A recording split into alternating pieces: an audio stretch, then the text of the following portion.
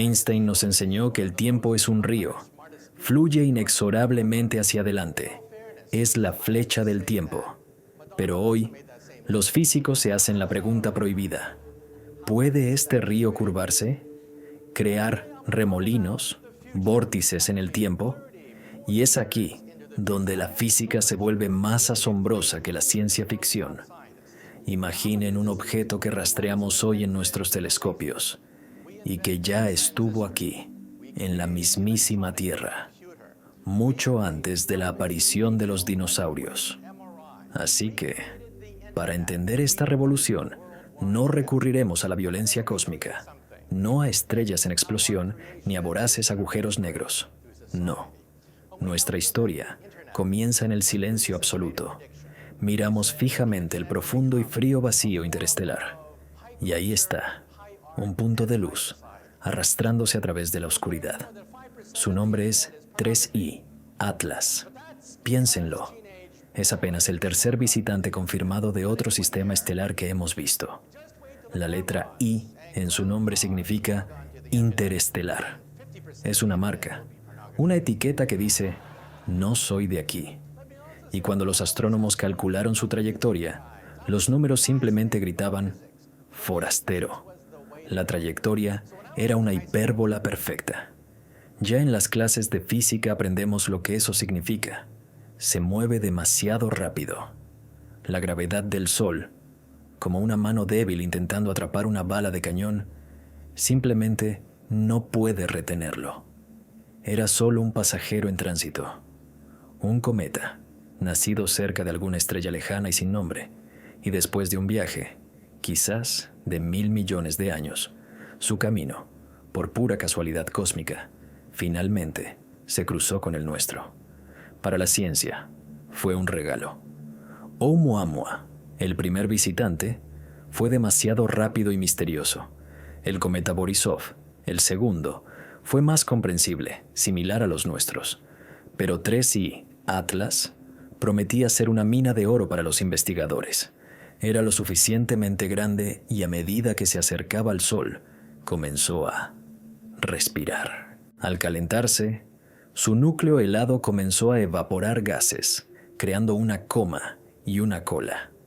Y esta nube de materia primigenia se volvió accesible para el análisis espectral. El telescopio James Webb, nuestros ojos más agudos, se clavó en esta estela fantasmal, descomponiendo su luz en huellas dactilares químicas. Los científicos querían saber de qué están construidos otros mundos. ¿Cuál era la química de aquel disco protoplanetario donde nació este cometa? Ninguno de ellos esperaba una sensación. Nadie. Esperaban encontrar el conjunto estándar: hielo de agua, dióxido de carbono congelado, silicatos, materia orgánica, quizás en proporciones ligeramente diferentes a las de nuestros cometas. Pero lo que vieron no encajaba en ningún modelo. Para comprender la conmoción de la comunidad científica, debemos abandonar por un momento el frío cosmos y descender a la Tierra, profundamente bajo nuestros pies, a los estratos geológicos que guardan la crónica de nuestro planeta. Nos trasladaremos medio siglo atrás, a Siberia, allí donde las titánicas erupciones volcánicas del final del período pérmico crearon lo que llamamos las traps siberianas. Fue la época de la mayor extinción en la historia de la Tierra, la extinción masiva del Pérmico Triásico, la Gran Mortandad, un evento que borró de la faz del planeta hasta el 96% de las especies marinas y el 70% de las terrestres. La vida fue puesta de rodillas. Durante mucho tiempo, la causa principal se consideró precisamente este vulcanismo desenfrenado. Millones de años de erupciones que arrojaron a la atmósfera gigatoneladas de gases de efecto invernadero, alterando el clima hasta hacerlo irreconocible. Pero en este cuadro siempre había un punto ciego. Algo no cuadraba. En las capas geológicas que correspondían exactamente al pico de la extinción, con una antigüedad de aproximadamente 252 millones de años, los geólogos de todo el mundo encontraban una extraña anomalía. Una delgada capa, enriquecida no solo con iridio, lo que a menudo indica el impacto de un asteroide, sino también con isótopos extremadamente específicos de osmio y wolframio. La proporción de estos isótopos era salvaje, incomprensible. No correspondía a ningún tipo conocido de meteorito, ni a los ferrosos, ni a los rocosos, ni a las condritas carbonáceas. Tampoco correspondía a la composición de la corteza o el manto terrestre. Era un misterio. Anomalía G, como la llamaban extraoficialmente en círculos cerrados. La hipótesis de un evento de impacto que actuó como detonante del vulcanismo existía, pero carecía de lo principal, el arma homicida. No había ni un cráter de la edad y el tamaño adecuados, ni un objeto candidato con la composición química correcta. La anomalía G seguía siendo una curiosidad geológica, un fantasma en los datos. Y ahora, volvamos a nuestros días, al centro de control del telescopio, James Webb. Los astrofísicos observan el espectro de la coma del cometa 3I, Atlas. Ven las líneas de absorción que les informan sobre la composición de sus gases. Agua, presente. Dióxido de carbono, presente. Metano, presente. Y de repente, ven algo que no debería estar allí. Líneas correspondientes a esos mismos isótopos de osmio y wolframio. En esa misma proporción absolutamente imposible y salvaje que durante décadas había desconcertado a los geólogos. La coincidencia era del 100%.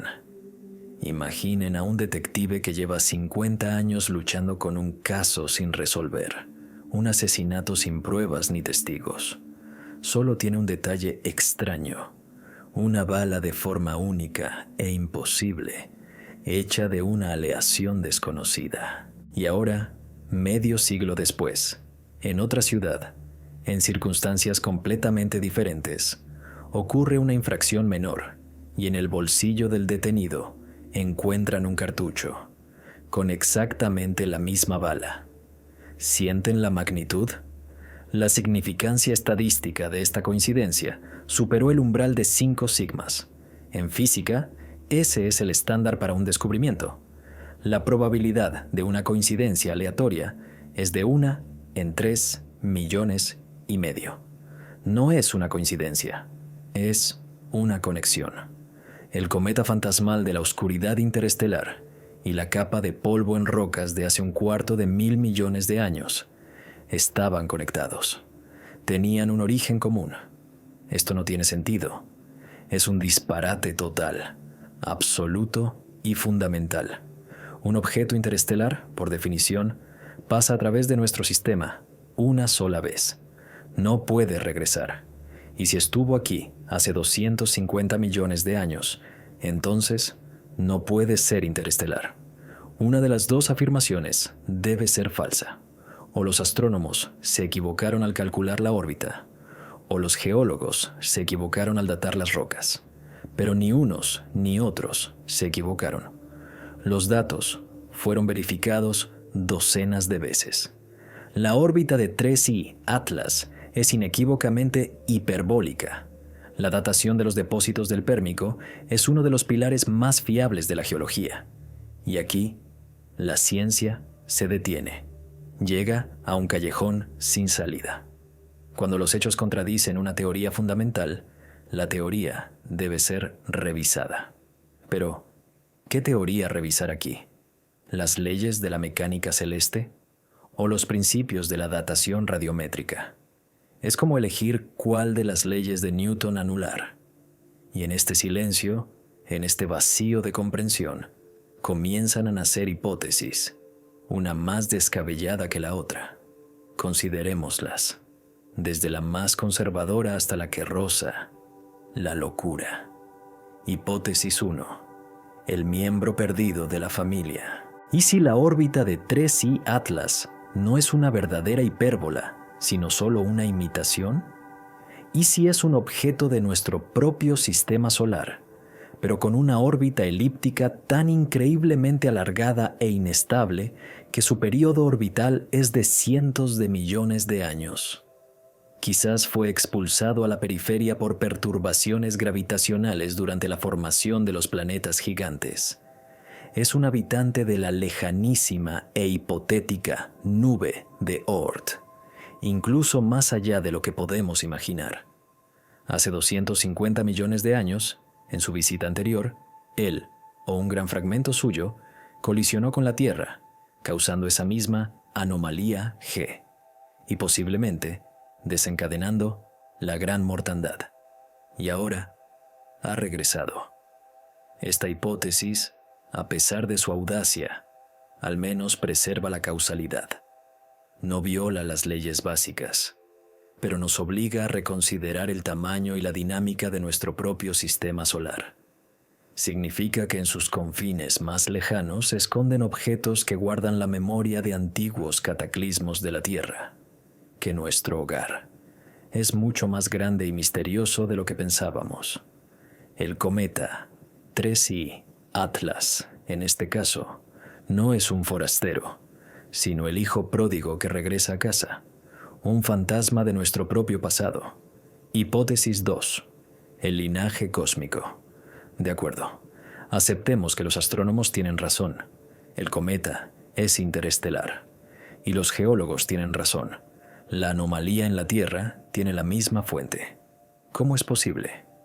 Imaginemos, no un solo cuerpo, sino toda una nube, un enjambre de objetos generados por el mismo cataclismo en otro sistema estelar. Por ejemplo, la explosión de un planeta o la colisión de dos protoplanetas. Este enjambre, extendiéndose a lo largo de años luz, viaja por la galaxia. Hace 250 millones de años, la vanguardia de este enjambre pasó a través del sistema solar. Uno de los fragmentos cayó en la Tierra, dejando su firma química. Y ahora, la retaguardia está pasando por nuestro sistema. Otro fragmento de la misma y antigua catástrofe. El cometa 3I Atlas. No estuvo aquí antes, pero aquí estuvo su hermano gemelo. Esta idea es aún más grandiosa. Significa que los eventos que ocurren a decenas de años luz de nosotros pueden tener una influencia directa y fatal en la historia de la vida en la Tierra. Que las extinciones, esos grandes hitos de la evolución, pueden no ser el resultado de procesos internos del planeta, sino el eco de lejanas guerras estelares. No estamos aislados. Vivimos en una galaxia que es un ecosistema único e interconectado. Y este sistema es capaz no solo de dar vida, sino también de quitarla con indiferencia a escala cósmica.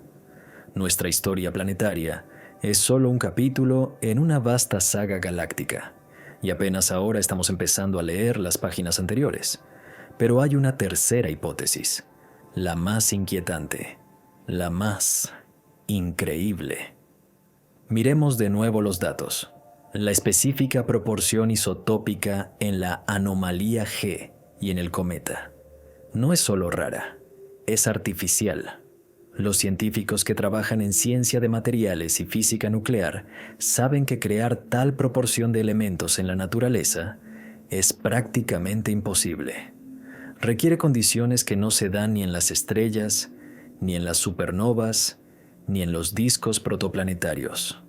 Tales cócteles isotópicos solo pueden obtenerse deliberadamente en potentes aceleradores de partículas o reactores especializados.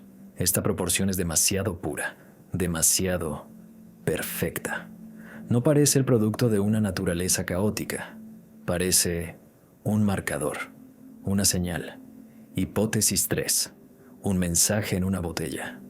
¿Y si hace 250 millones de años lo que cayó en la Tierra no fue solo un trozo de roca? ¿Y si fuera una sonda? ¿Un contenedor? ¿Un dispositivo? ¿Y si una civilización muy avanzada lo envió con un propósito específico? ¿Cuál? Quizás fue un intento de terraformación o panspermia. Entregar a un planeta joven pero ya rico en vida algún tipo de catalizador. Pero algo salió mal. En lugar de impulsar la evolución, el paquete causó su destrucción casi total. La gran mortandad como resultado de un experimento fallido. Y el cometa 3I, Atlas, no es solo un segundo fragmento, es la siguiente sonda de la misma serie. O, lo que es aún más aterrador, es un observador. Ha llegado según lo previsto 250 millones de años después para verificar los resultados, para recopilar datos, para ver qué ha crecido sobre las cenizas de su primer intento. Nosotros hemos crecido. Toda nuestra línea evolutiva, desde los primeros mamíferos que sobrevivieron a aquel infierno hasta el ser humano que mira por un telescopio, podría ser la consecuencia de un error monstruoso o parte de un plan a largo plazo, inimaginable en su escala. Este pensamiento paraliza, nos quita el suelo bajo los pies, convierte toda la historia de la vida, todo nuestro orgullo como especie, en una nota al pie en el diario de laboratorio de otro, y plantea una pregunta muy incómoda.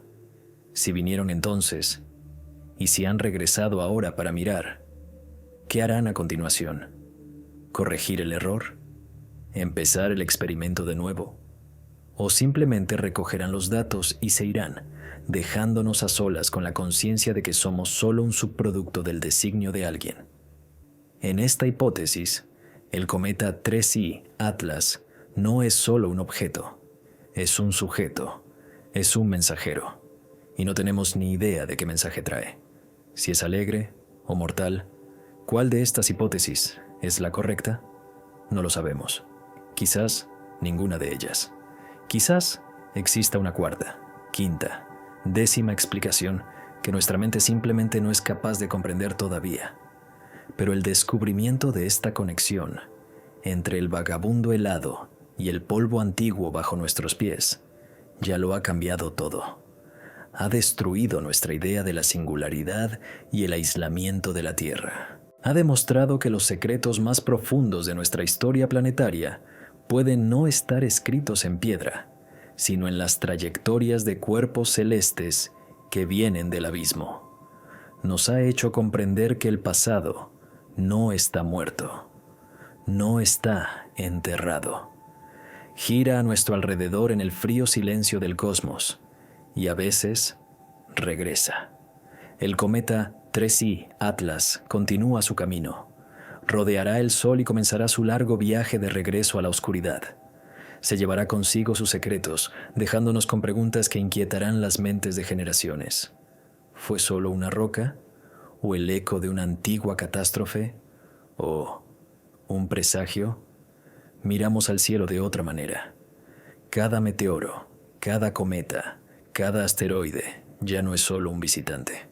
Es un testigo potencial, un portador de información sobre eventos que creíamos perdidos para siempre. El universo resultó no ser solo un vasto espacio, resultó ser un archivo. Una biblioteca donde los libros son planetas y los marcapáginas son los cometas que viajan entre las estrellas. Y acabamos de aprender a leer el primero, el más increíble de todos. ¿Qué más está escrito en esas páginas? ¿Qué otra parte de nuestra historia se esconde allí, en la oscuridad helada? ¿Y estamos listos para conocer las respuestas? Si estas preguntas no los dejan en paz, si ustedes, como yo, sienten este estremecimiento ante el gran misterio, suscríbanse. Seguiremos buscando, juntos.